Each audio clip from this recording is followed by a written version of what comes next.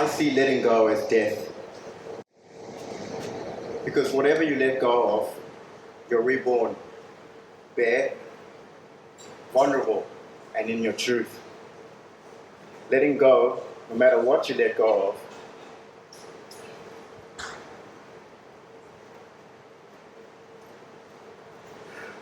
is a beautiful death. What no longer belongs or serves you dies, so that you can do, be, or allow the right things, people that deserve you or appreciate you. I had 3 deaths that impact me deep within my soul. My first death. At the age of 17, I left the care of my parents and I started living alone. My dad got deployed as ambassador of South Africa, so that required them to leave the country.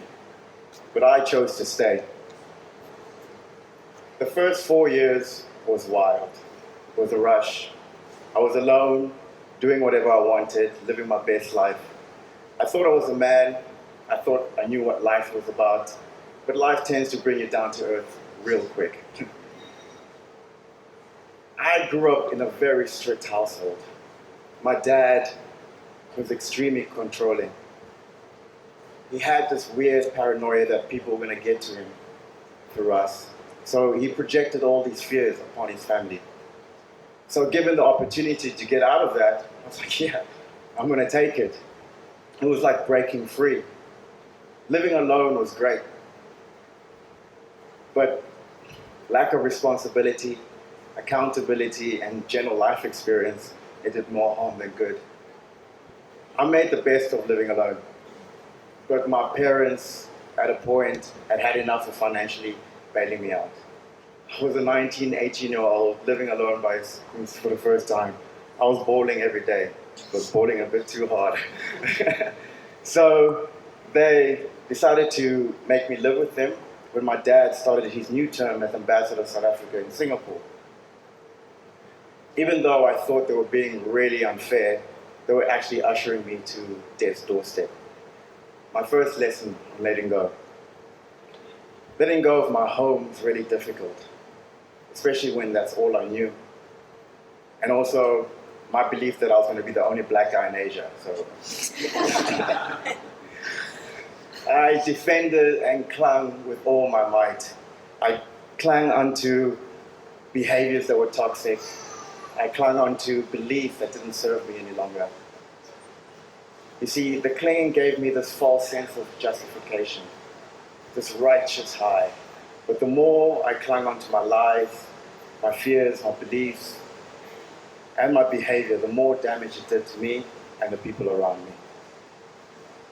My second death.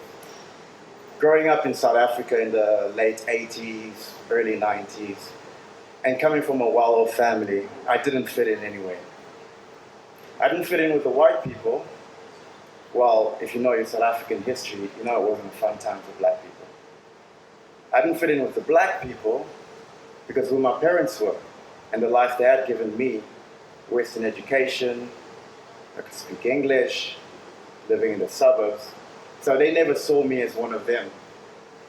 Even though my parents were one of the families that played a big impact in taking South Africa out of the apartheid. So I was bullied my whole childhood. I allowed people to emotionally and physically abuse me because I was so desperate to fit in. It was really a painful time. So, living my life in Asia, I worked extremely hard to build my life and my future. But I was still constantly seeking validation through my career, my friends, and my material world.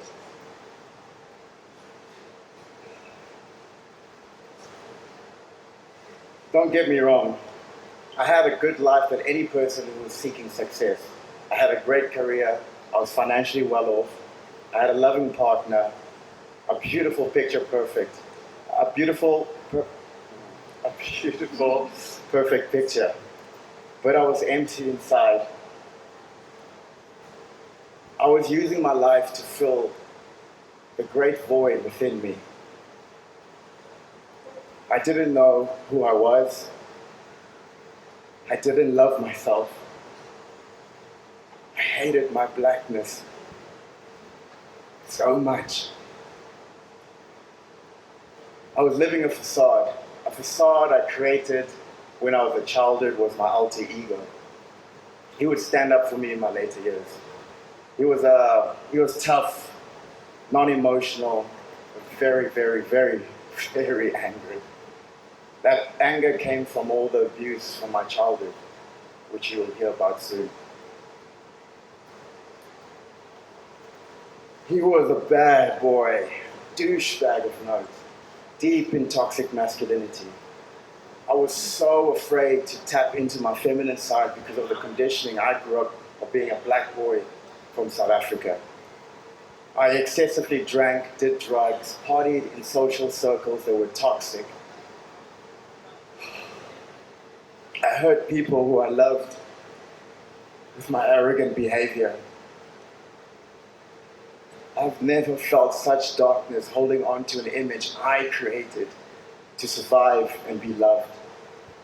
I justified my pain by getting into drunken fights, hooking up with toxic people, just constantly feeding my ego.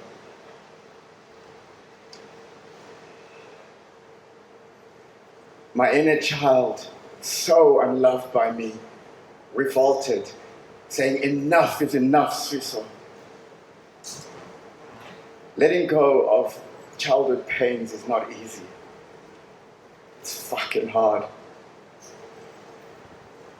It's weeks and months on end, nuclear warfare between your soul and your ego.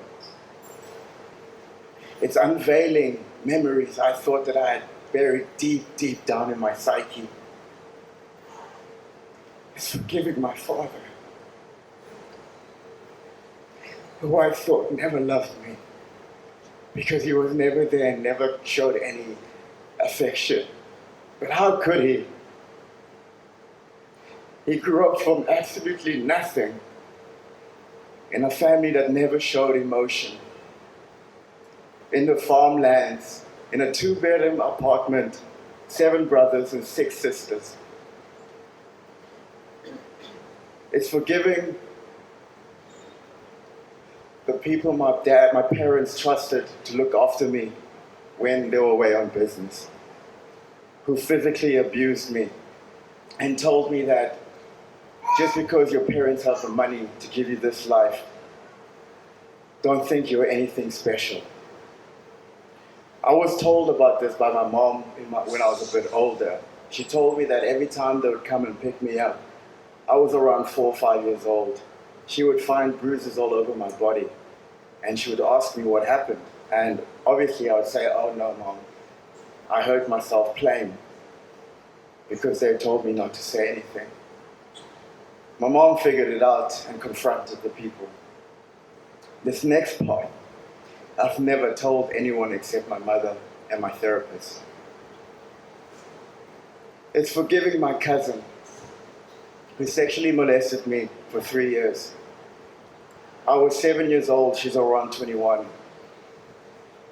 When she finally stopped, she told me that I was no use for her. Already a kid confused of what actually is happening, the psychological abuse of constantly being told and treated like you're worthless poisoned my perception of myself to this world, and to myself and to others. They came with shame and guilt that ate me inside.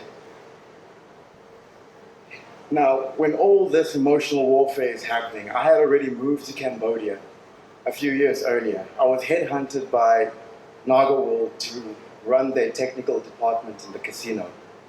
So on the outside, my life looked perfect. But on the inside, I was on a destructive cycle. I was alone. I didn't know who my true friends were. I was broke. I spent every single cent that I worked so goddamn hard for. I was loveless. My relationships just crumbled. I was done with life. 2017, June 22. It's 3 a.m. in the morning. I'm lying on the bathroom floor with the phone in my hand. I'm talking to my baby sister in Chicago, and I'm begging her to make the pain stop. This death pushed me towards the journey towards my ascension. My third death. Well, ladies and gentlemen, welcome to my third death. You are currently witnessing it firsthand. You would think experiencing so many painful moments, it would prepare you for all the rest of the painful moments in your future. Maybe it does, but from my experience, it doesn't. All it does, it gives you the right tools to prepare you for your future events. Because honestly, when you let go of things that do not serve you any longer, you're being pushed onto the next level of your journey. You face heavier experiences and deeper shadows. Last year, I met my ex-partner. It's been difficult to put this part into words, but here it goes. A lot of people call this connection your soul divine partner, your soul connection, your mirror. I never knew about these terms until recently. So I don't blame any of you if you don't believe in this. But what I can tell you is, the first time I met her, I was like, I finally found you.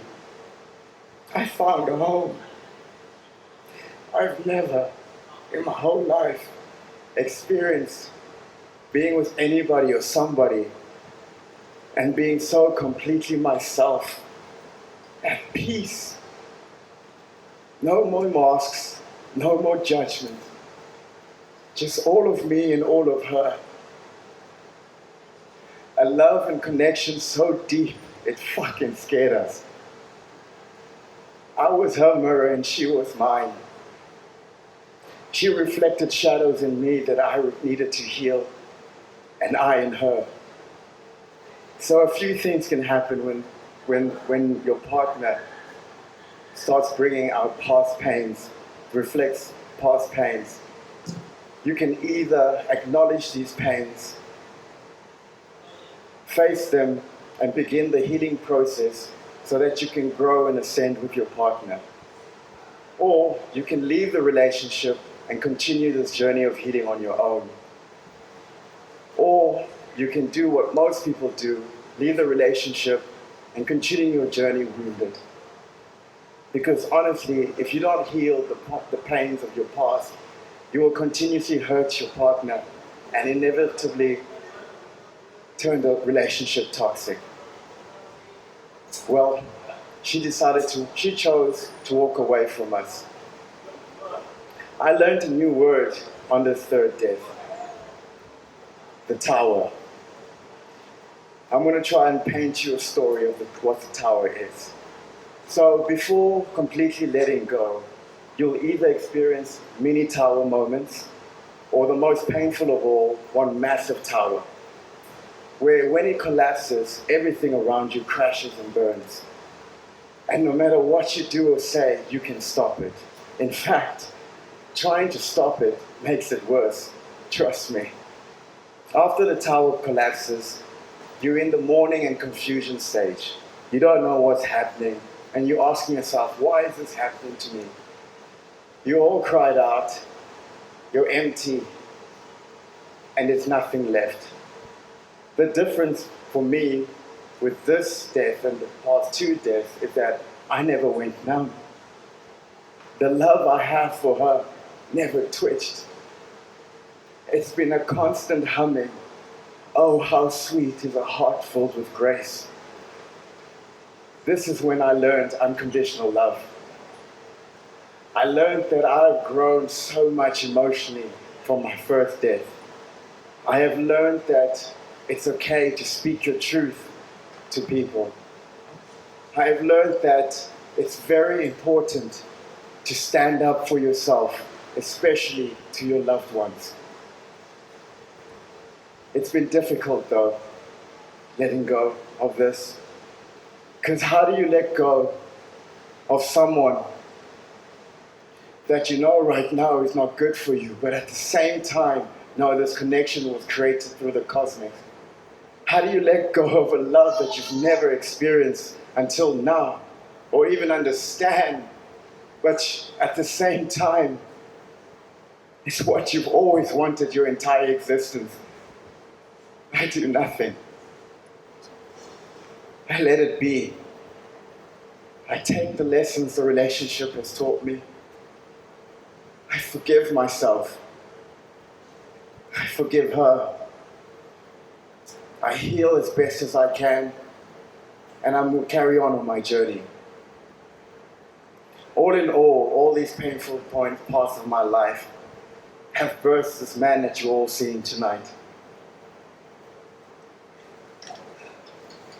A man who loves himself inside and out with all his flaws.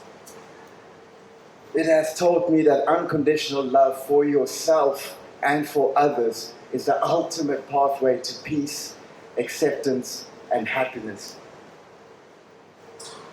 It got me to finally find my light and use it for good in this world.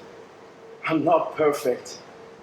I make mistakes, and the healing never ends. But I've become this proud black man who continuously stands in his truth. I radiate love, life, health, strength, femininity, masculinity, healing, happiness, and duality. Thank you.